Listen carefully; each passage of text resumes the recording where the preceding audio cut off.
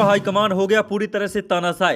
सुधीर यादव को टिकट न देकर किया अन्याय। बेटे को टिकट नहीं देने पर भाजपा के पूर्व सांसद का भाजपा पर बड़ा आरोप। बंडा विधानसभा से बेटे सुधीर यादव को टिकट नहीं मिलने पर सागर के पूर्व सांसद और भाजपा के वरिष्ठ नेता लक्ष्मी नारायण यादव ने पार्टी हाईकमान पर आरोप लगाया है।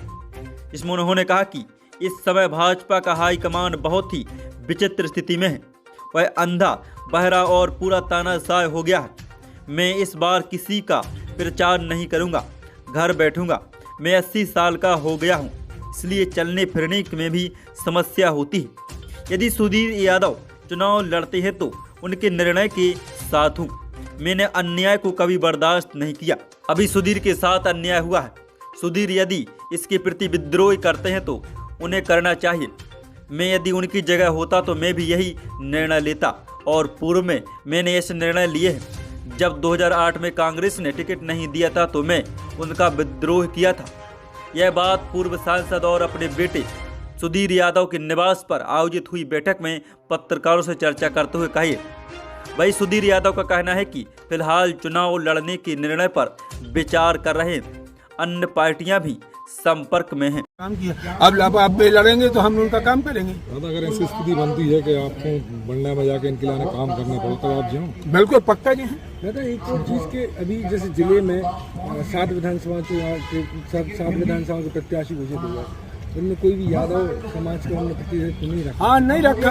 वो तो पूरे प्रदेश व्यापी नहीं रखा था। 80 में 1 था और अब 3 है कुल, जबकि 9% यादव समाज की जनसंख्या है। दूसरों के साथ भी अन्याय है, मैं नहीं कहता कि लोधियों के साथ अन्याय नहीं है, पर हम ये मानते हैं कि हमारे साथ तो बिल्कुल घोर अन्याय है।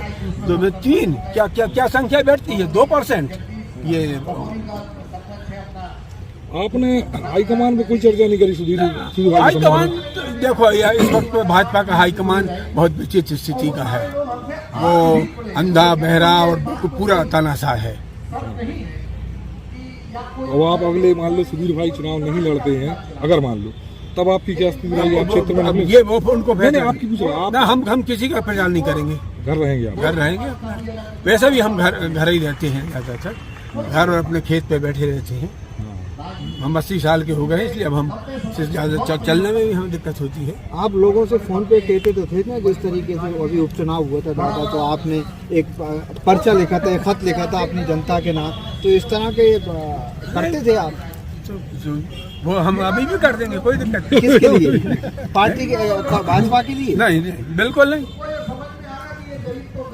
जो पिछड़ों का जहाँ ज्यादा सम्मान होगा उसके पक्ष में। तो मतलब आप कांग्रेस की तरफ रुके? हो सकता है, उससे कोई दिक्कत नहीं हमको।